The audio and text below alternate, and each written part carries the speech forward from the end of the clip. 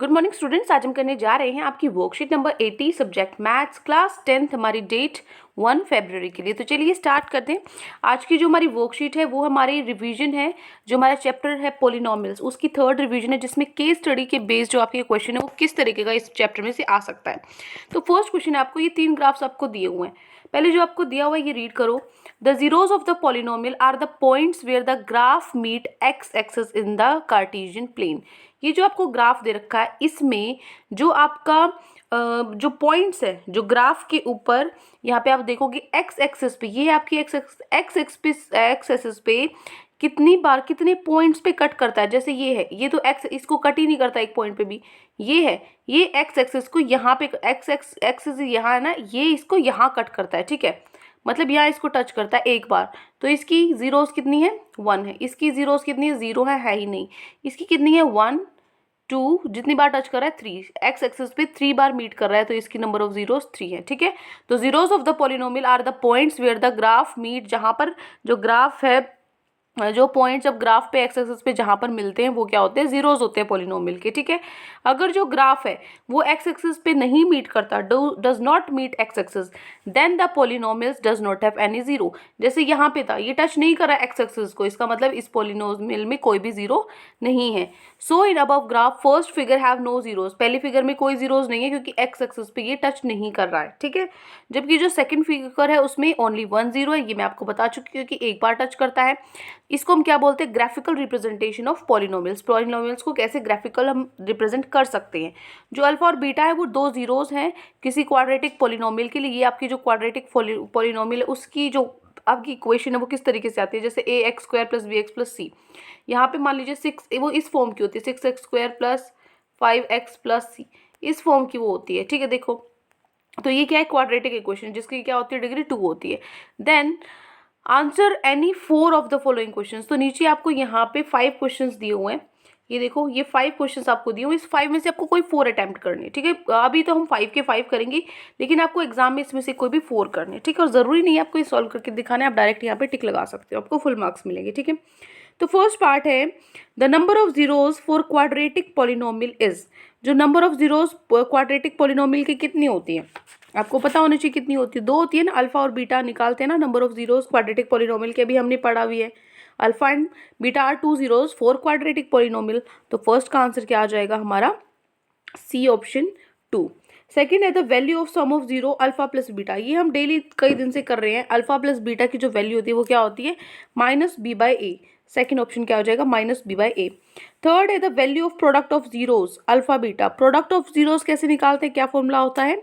C by A. क्या formula होता है? C by A. ये मैं सारे करा चुकी हूँ, जो जो हमारी डेली वर्कशीट्स आ रही है उसमें। If the value alpha plus beta is equal to minus B by A. ठीक है, अगर जो अल्फा प्लस बीटा आपको माइनस बी बाई दिया हुआ और अल्फा बीटा आपको सी बाई ए दिया हुआ है, तो आपको alpha square plus beta square बताना है। तो देखो इस क्वेश्चन को आप कैसे करोगे, ये थोड़ा सा आपको सोल्व करना पड़ेगा, 1-2 लाइन इस तरीके से। अल्फा प्लस बीटा क्या दिया हुआ है? माइनस बी बाई दिया हुआ है, क्योंकि सम ऑफ जीरोस इतना दिया हुआ है और प्रोडक्ट कितना दिया हुआ है? सी बाई ए।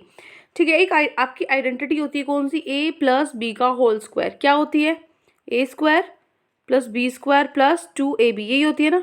तो वही मैंने यहाँ पे लगाया, अल्फा प्लस बीटा का होल स्क्वायर, अल्फा स्क्वायर का बीटा का स्क्वायर प्लस 2 अल्फा बीटा। ठीक है, तो यहाँ से हमें निकालना क्या है? हमें तो ये हमें ये गिवन, ये हमें निकालना है, alpha square plus beta square हमें फाइंड आउट करना है। तो देखो ये फाइंड आउट करना है, तो ये तो यहाँ फालतू में ये इसको इधर ले आओ। ठीक है, तो क्या बन जाएगा? इधर अल्फा प्लस बीटा का होल स्क्वायर था, ये इधर प्लस में, इधर आके क्या हो जाएगा? माइनस में।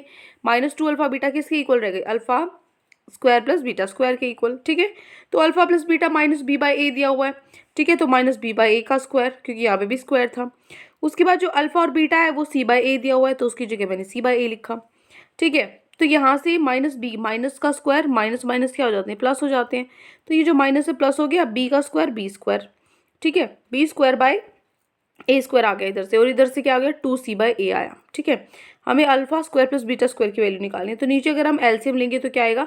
एलसीएम कैसे लेते हैं? अगर सेम हो आपकी वेरिएबल, सेम हो, जैसे एक्स ही हो या सारे वाई ही हो, सारे ए हैं, तो जिसकी हाईएस्ट पावर होती है वो एलसीएम होता है। तो ए स्क्वायर की हाईएस्ट पावर है, ये एलसीएम है। फिर यहाँ पे क्या हो जाएगा? B square. ठीक है, और इधर क्या हो जाएगा? 2c। यहाँ पे क्या हो जाएगा 2ac हो जाएगा। आपको एलसीएम निकालना आता है ना, ए स्क्वायर की टेबल में ए स्क्वायर कितने पे आता है, तो किसी एक भी एक्स्ट्रा ए की जरूरत नहीं पड़ी, तो यहाँ पे एक भी एक्स्ट्रा की हमने नहीं लिखा। लेकिन यहाँ एक ए है, लेकिन यहाँ ए स्क्वायर है, एक और एक ए की जरूरत है, तो हमें यहाँ एक ए ऊपर देना पड़ेगा, तो क्या बन जाएगा ऊपर 2ac बन जाएगा। तो ये है हमारी क्या alpha square plus beta square की वैल्यू। तो आंसर डी है जो हमारा बिल्कुल सही होगा। ठीक है, तो क्वेश्चन नंबर 1 का 4th पार्ट, तो आंसर लगाओगे आप आंसर डी। ठीक है, ये हमारा हो गया फोर्थ का। फर्स्ट का क्या है हमारा, फर्स्ट का है सी, सेकंड का है बी, थर्ड का है ए, और फोर्थ का हो गया डी। फिफ्थ का जो आपका आंसर है मैं आपको पहले ही बता देती हूँ, फिर सॉल्व करेंगे, फिर सेकंड क्वेश्चन पे चलेंगे हम। ठीक है, जो वैल्यू है आपकी, इसकी वैल्यू, ये आपको इक्वेशन दी हुई है, इसकी वैल्यू आपको निकालनी है। यहाँ से अल्फा बीटा निकाल लोगे, सम ऑफ जो आपकी जीरोज है वो निकाल लोगे, और यहाँ से आपको इसके अंदर अल्फा और बीटा की वैल्यू रख देनी है। तो इसका जो आंसर आएगा वो क्या आ जाएगा, डी आएगा। ठीक है, तो पांचों की पांचों मैं आंसर्स बता चुकी हूँ। जो फिफ्थ वाला है वो सोल्व कैसे होगा, कैसे ये आंसर आया वो देखेंगे हम पहले। तो देखो इक्वेशन तो ये दी हुई है 4x² माइनस 5x माइनस 1। तो यहाँ से a क्या है 4 है, b क्या है -5 है, c क्या है -1 है। ठीक है, तो हमें निकालना क्या है alpha square beta plus alpha beta square. तो ये कैसे, पहले देखो अल्फा बीटा दोनों में है, तो हमने अल्फा बीटा कॉमन ले लिया बाहर। यहाँ पे एक अल्फा बाहर जा चुका, सिर्फ एक अल्फा बचा है, और बीटा एक ही था वो बाहर जा चुका, तो बीटा नहीं बचा। इसी तरीके से यहाँ पे क्या जा चुका, अल्फा बीटा बाहर जा चुका है, सिर्फ क्या बचता है, बीटा बचता है। ठीक है, तो अब हमें पता है अल्फा बीटा और अल्फा प्लस बीटा की वैल्यू तो हमें निकालनी आती है, क्योंकि जो अल्फा और बीटा होता है वो क्या होता है, प्रोडक्ट ऑफ जीरो। क्या फॉर्मूला होता है प्रोडक्ट ऑफ जीरो का, c/a। और alpha plus beta some of zeros होता है, सम ऑफ जीरोज का फॉर्मूला होता है -b/a। ठीक है, तो ऊपर क्या हो गया -bc और नीचे क्या हो गया a²। तो यहाँ से जो b है, जो b आपकी है वो क्या है -5, तो -5। ठीक है, और जो c है आपका वो क्या है -1। ठीक है, और a² क्या होगा, a² हमारा 4 का स्क्वायर। तो ऊपर क्या हो जाएगा, ये माइनस माइनस तो प्लस हो गए, एक और माइनस, लेकिन 3 है ना, तो वो माइनस रह जाएगा, -5 और नीचे 4 का स्क्वायर 16। तो जो मैंने ऑप्शन लगाया था डी वो हमारा करेक्ट है। ठीक है, तो ये हो गया हमारा फर्स्ट क्वेश्चन कंप्लीट। ठीक है, फर्स्ट का सी हमारा, ये हो जाएगा बी, फिर ए, डी, और ये भी डी। ठीक है, फर्स्ट क्वेश्चन के बाद चलते हैं हमारी सेकंड क्वेश्चन पे। सेकंड क्वेश्चन में ऐसे आपको ग्राफ दिए हुए हैं, फर्स्ट हम रीड करते हैं। The quadratic polynomial shown by parabola and have maximum 2 zeros due to its degree 2। इसकी डिग्री 2 होने के कारण ये जो क्या है, क्वाड्रेटिक की तो होती ही डिग्री 2 है पोलिनोमियल की। ठीक है, तो ये आपको पैराबोलास दिखाए हुए हैं जिसमें आपकी 2 जीरोज हैं, जिनकी किसकी वजह से, 2 डिग्री होने की वजह से। तो for a quadratic polynomial f(x), ये आपको एक पॉलिनोमियल दिया हुआ है f(x), x² - 2x - 8। तो आपको क्या करना है, identify the parabola nature of the graph and answer any 4 of the questions. इनको देखकर ये इक्वेशन आपको दी हुई है, क्वाड्रेटिक पॉलिनोमियल आपको दिया हुआ और ये ग्राफ दिया हुआ है, इन पे बेस्ड जो क्वेश्चंस हैं। फर्स्ट क्वेश्चन है हमारा, in the above graph shown which shows the possibility of 2 zeros for the quadratic polynomial. ये देखो क्वाड्रेटिक पॉलिनोमियल की इसमें से कौन सा ग्राफ है क्वाड्रेटिक का। क्वाड्रेटिक क्या होता है, जिसकी डिग्री 2 हो, मतलब क्वाड्रेटिक में क्या होता है, आपकी नंबर ऑफ जीरोस 2 होती है, अल्फा और बीटा। ठीक है, क्वाड्रेटिक पॉलिनोमियल में तो यहाँ पे तो कितनी है, यहाँ पे आपकी 2 नंबर ऑफ जीरोस है, यहाँ कितनी है 1 2 3 4 नंबर ऑफ जीरोस है, यहाँ पे 1 2 3 नंबर ऑफ जीरोस है। तो क्वाड्रेटिक तो वही होती है ना जिसकी क्या हो, 2 हो। ठीक है, जिसकी आपकी जो जीरोस हैं वो 2 हो। तो हमारे क्या आ जाएगा, in the above graphs which shows the possibility of 2 0 for quadratic polynomial, क्या आ जाएगा फर्स्ट वाला ग्राफ ही शो कर रहा है 2 पॉइंट्स को। द फैक्टर्स नेक्स्ट है second part, the factors of quadratic polynomial. ये आपको एक क्वाड्रेटिक पॉलिनोमियल दिया हुआ है, इसके फैक्टर्स निकालने बहुत ईजी है ये तो, है ना। ये देखो आपका क्वेश्चन नंबर 2 का सेकंड पार्ट। तो सेकंड पार्ट में फैक्टर्स निकालने के लिए हम क्या करते हैं, ये देखो जो हमारी ये सी है इसको इसके कोफिशिएंट से मल्टीप्लाई करते हैं, 8 1 जा 8, फिर हम इसका HCF अगर आप लोगे 4 आएगा, यहाँ 2 2 2 1 यही आएगा ना।